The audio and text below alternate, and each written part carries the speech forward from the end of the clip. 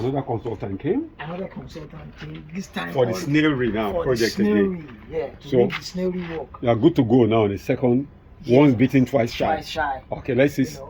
Let's see whether it was second sensible approach or you were beaten twice. Exactly. What happened? So after the elderly, in fact, an elderly man from Oyo State, who is very successful in snail farming, came, inspected the place, and said the first mistake we made was this structure. That number one, is too exposed to the sun.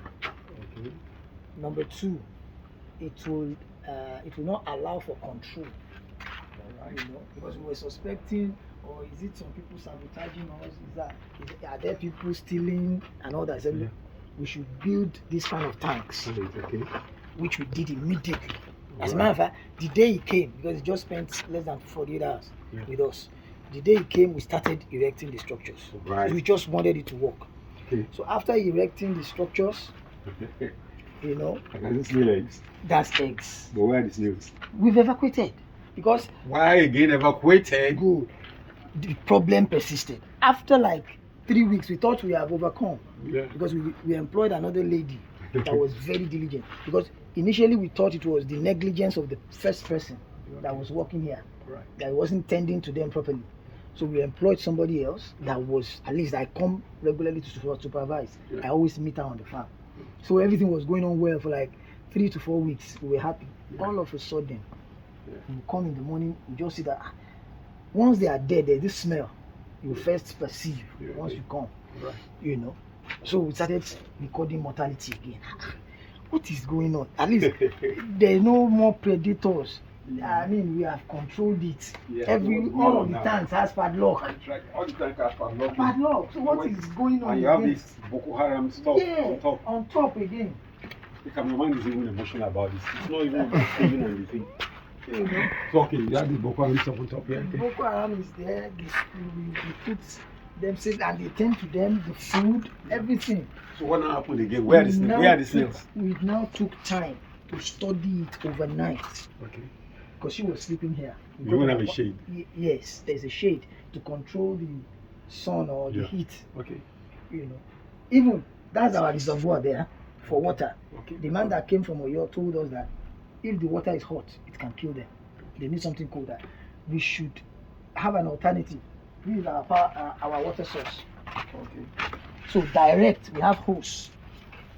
So there's another hose from direct, which is always cool. Good. So there is nothing we are supposed to have done that we didn't do. So where are the snails? We now took time to study overnight. We made a video. That's when we now saw underneath the soil that there is still termites. And we got the sand from another source. I made sure that we did not put any sand from this soil into the tanks. Oh, termites egg came with the sand. With the sand. And when they saw 9 snails again, they just went on multiplying again. So the attack was massive. So it was when the other man now came, that's the third consultant now told us that based on what he has seen, it will be a miracle for snail farming to survive here. That first and foremost, with what he's seen, we should first evacuate, at least save the remaining ones. That we should evacuate whatever proceed we can get from that. We know that it's not absolute loss. Do you understand? Like it's not absolute loss. So that's when he now advised that the only advice he can give us is why not switch to fish farming. That all the things that we consider as predators for snail is food for fish. You know? All the things you consider as predators for snail is food for fish. And it's damn right, because when I first made an attempt to decide to catalyze the cattle revolution around 1995, 96. Now, around the early 90s, as I was studying animals, you know, generally, especially when you can culture in an environment, I found out that for snails, I did intensive research on snails, up to the, what I call it, the WRAS biofiltration mode for snail. They call it the Oxyat system. Oxyat system, HAWKYART, and it was being done by some people in Ghana. But the game is that total control with recirculating this and that and co. I got the journal and everything, but there's one thing I saw that discouraged me from snails till today. That everything, are you getting me?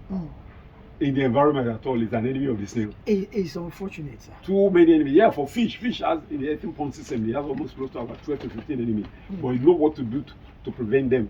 For snails, there are some things that there's nothing you can do except to just leave the area entirely. Or even if it's mainly so, termites are the greatest challenge when it comes to livestock. They're even much more serious and much more devastating than the ones they call it Jalo. They call it soldier ants. Soldier ants. We have that here too. Oh, that kind of thing. So I think the right advice you go from talk outside is right. So that's what brought in now the fourth consultant now. So that you can say that want to go into it blindly. They've come to the bus stop now.